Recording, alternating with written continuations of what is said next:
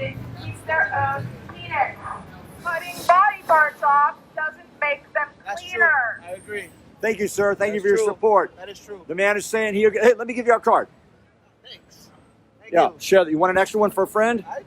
Yeah, share that with a couple friends having babies. Support. Let me give you our card, sir. I got one in my car. I got one. You got one. Good. Share that with your friends. You want one too, sir? They cut off his dick skin.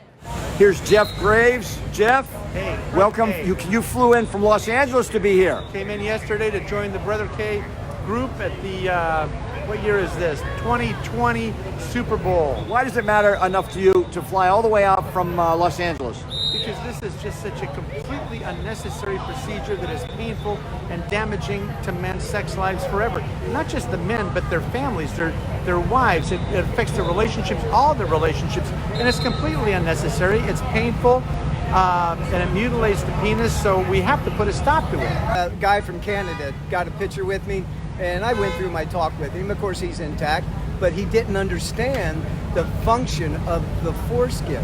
But once I explained it to him, he enjoyed it even better, knowing that he was protected. You know? You drove from Pittsburgh, Pennsylvania. Yes. Nick, why does it matter? Why does it matter enough that you drove what, like 20 hours? Because this is 17 hours? Yeah, 20 hours. Because this is the biggest human rights issue in this country that's ignored. Human rights violation that the public just ignores it and keeps silent about it because it's such a taboo. Because they let it go on for so many years and generations have been mutilated. So I mean, this needs to be exposed for what it is, for the evil that it is.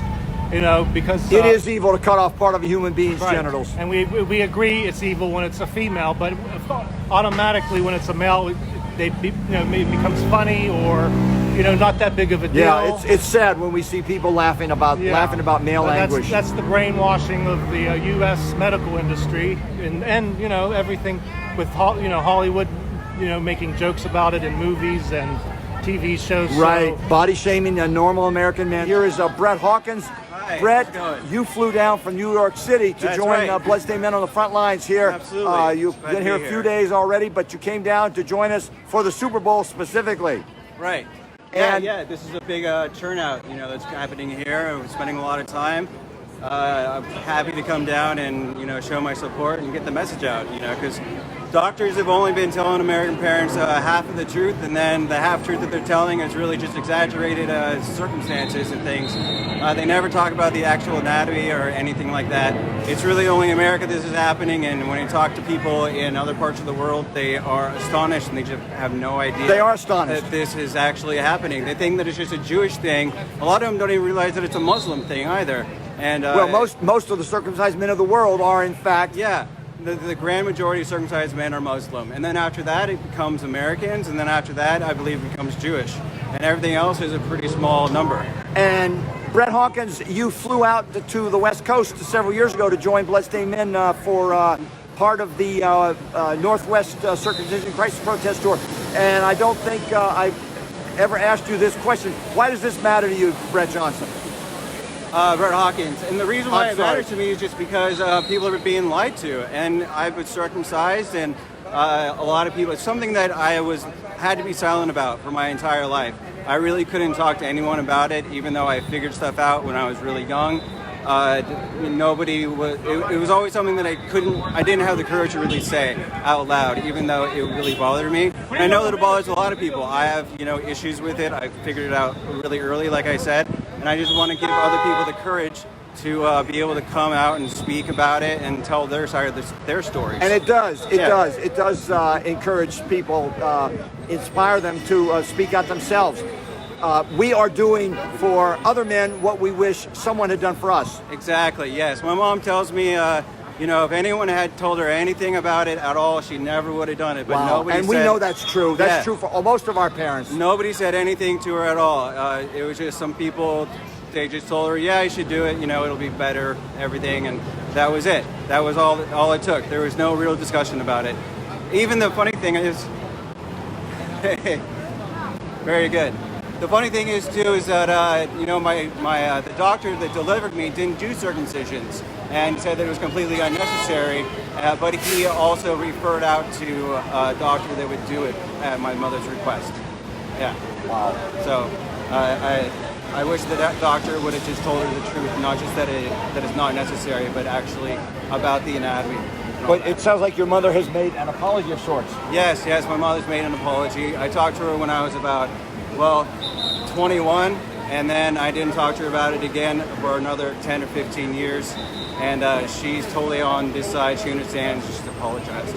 Yeah, absolutely. Thank you, Brett Hawkins. Brett Hawkins, ladies and gentlemen, from New York City, joining the Bloodstained Men Road Crew, and we will talk to you again tomorrow here in downtown Miami. Absolutely. Brett Hawkins from New York City. Thank you. I just talked to a woman over here and turned her into a regret mother in about 2 minutes. Is that the woman? She started crying. Oh, no. Is that the woman here that just waved goodbye? Right with the dog trainer. Yeah. In Tennessee, that's exactly why I have this bracelet. But she was crying. She was weeping softly. And she said, I feel so terrible. I feel so helpless. There's nothing I can do at this point. She said, my instincts were this wasn't right. I'm from Mexico. She's from the border of the U.S. and Mexico. Her husband is from Mexico City. And she said, my husband is intact and has never had a problem. So I wasn't sure why they were telling me we had to circumcise. So the doctors deceived her. And where is the physician argument that a boy should match his dad when the father is clearly intact? Yeah. Apparently that doesn't matter as long as they get to cut a kid. It's always been baloney. And the man is taking the picture. Yeah, that's right.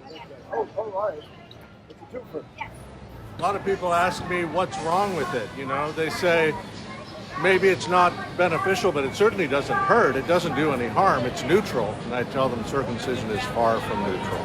It absolutely is detrimental to the functioning and sensation of the penis. And here's Danielle Cruzen from California, ladies and gentlemen. Yay. Danielle Cruzen, you flew all the way from San Francisco to be here at the Super Bowl at the 2020, I believe this is Super Bowl 54. Yes, it is. What motivates you, Danielle Cruzen? Just the fact that I believe that all children deserve their whole bodies and the right to make decisions for themselves.